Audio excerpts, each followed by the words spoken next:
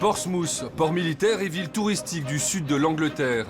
Mais l'homme qui débarque ce jour-là n'est pas venu admirer les bateaux. Alors, qu'est-ce qu'on fait? On va aller par là. Il vient chercher des voix, et il est très doué pour ça, comme pour attirer les caméras. Le principe d'un bain de foule, c'est de voir les gens. Comment voulez-vous que je fasse avec tout ça? Bonjour.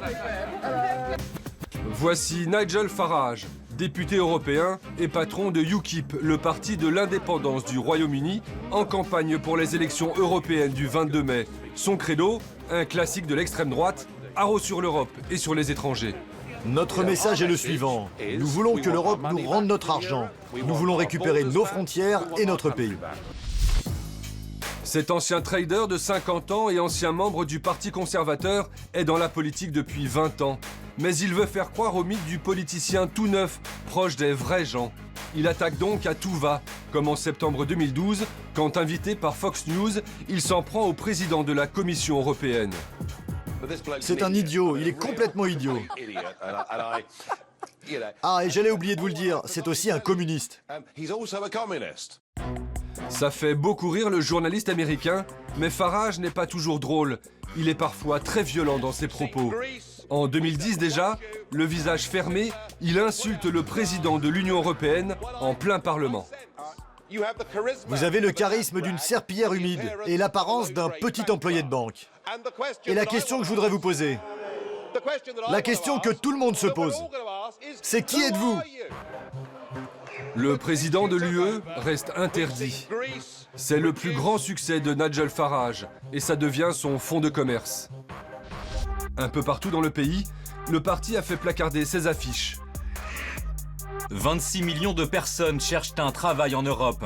Et à qui veulent-ils les prendre? Un doigt menaçant pointé vers l'électeur se charge d'apporter la réponse. Reprenez le contrôle de notre pays, conclut l'affiche. Une partie du pays crie au racisme. Et sur Internet, les affiches sont rapidement détournées. Devinez quels enfants les migrants de l'Union européenne veulent manger. Les Roumains ont de plus gros pénis que vous, et ils peuvent redonner le sourire à votre femme. Dites non à l'immigration de masse. Nous retrouvons Farage dans les rues de Portsmouth pour constater que la campagne anti-immigration fait mouche ici. Je suis anglais, vous savez. Je suis né ici et j'en ai marre qu'on nous prenne nos emplois. Farage boit du petit lait, mais il n'aime pas qu'on l'associe à l'extrême droite. Certains disent que votre campagne est raciste. Ils disent ça? Très bien. C'est complètement faux.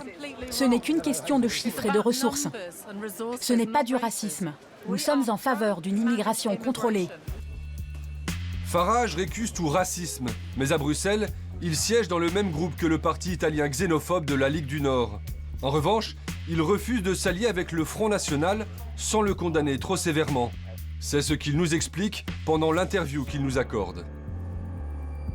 Marine Le Pen a fait de grandes avancées avec le Front National en France. Je n'ai aucun doute là-dessus.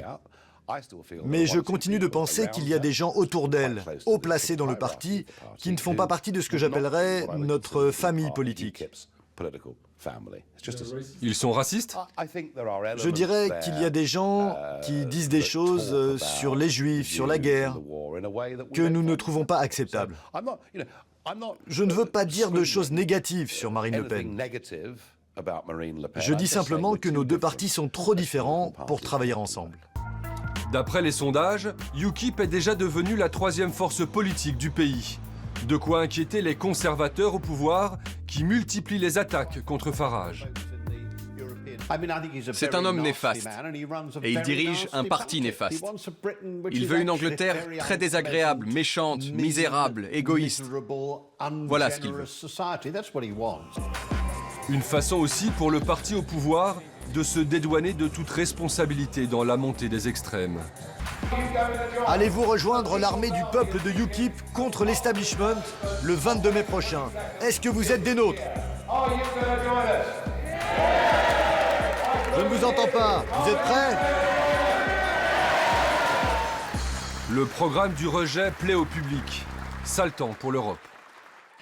Alors aujourd'hui, le UKIP n'a plus d'argent, plus de députés, presque plus de membres. Le parti de l'indépendance n'aura pas survécu au Brexit et à ses querelles intestines. Nigel Farage, lui, peut difficilement sortir dans la rue sans se faire insulter ou jeter des œufs à la figure. Et pourtant, il n'exclut pas de revenir en politique, Benoît. Oui, vous l'avez vu dans le sujet, hein, le UKIP à l'époque avait le vent dans le dos, mais depuis il y a eu le Brexit, alors c'est un vrai succès pour eux.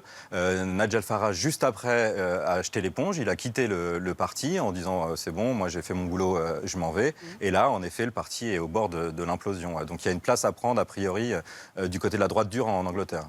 Mister Brexit, c'est la suite de notre droit de suite et c'est signé Benoît Chaumont avec Grégory Roudier et Edward Heywood.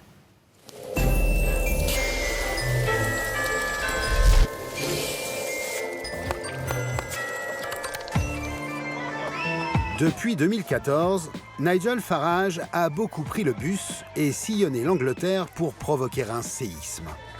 C'est lui qui a incarné la campagne pour le Brexit, la victoire de sa vie. Le 23 juin est devenu un jour historique, le jour de notre indépendance. La mission sitôt accomplie, il a lâché l'affaire. J'ai fait ma part du boulot. Je ne pourrai jamais faire mieux que d'avoir gagné ce référendum. Donc je pense qu'il est juste que je quitte la direction du parti. Auréolé de sa victoire au référendum, il a ensuite fait campagne pour la star mondiale du populisme. Mr. Nigel Farage. En échange, Donald Trump lui avait même promis le poste d'ambassadeur de Grande-Bretagne auprès des États-Unis. Eh bien merci, je viens du Royaume-Uni pour vous apporter un message d'espoir et d'optimisme. Mais Donald devait avoir mal compris. Parce que ce n'est pas au président des États-Unis de choisir les ambassadeurs étrangers. Farage n'ira donc pas à Washington. Il restera à Strasbourg, où il est député européen.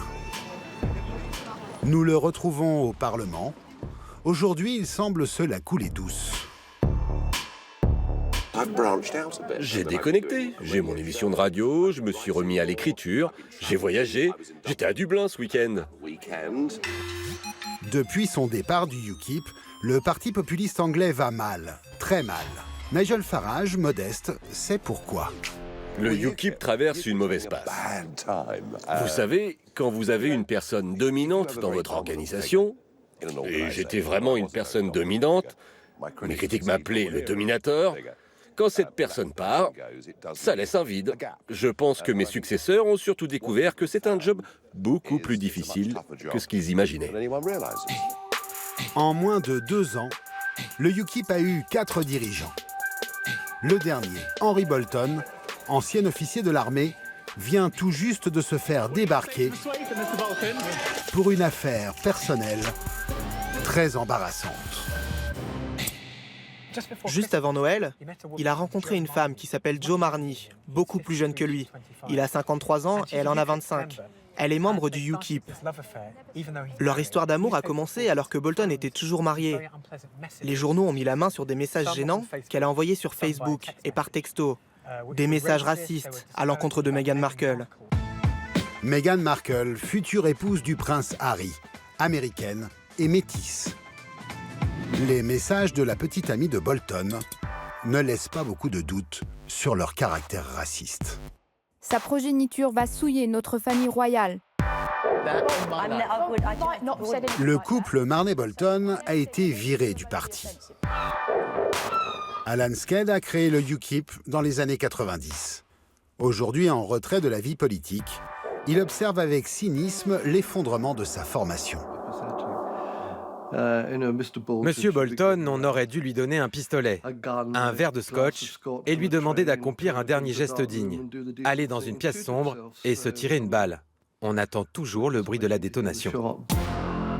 Il n'a pas l'air en bon terme non plus avec celui qui a fait la gloire du UKIP, Nigel Farage. Il n'est pas très intelligent, il est alcoolique et il est raciste. Une fois, il m'a dit « Alan, tu ne dois pas te soucier du vote des nègres parce que les négros ne voteront jamais pour nous. » Aujourd'hui, il n'y a pas que les Noirs qui ne votent pas pour eux. Le UKIP atteint difficilement les 5% d'intention de vote. Mais un nouveau référendum britannique sur la sortie de l'Union européenne pourrait changer la donne et sauver le parti. Nigel Farage se tient prêt.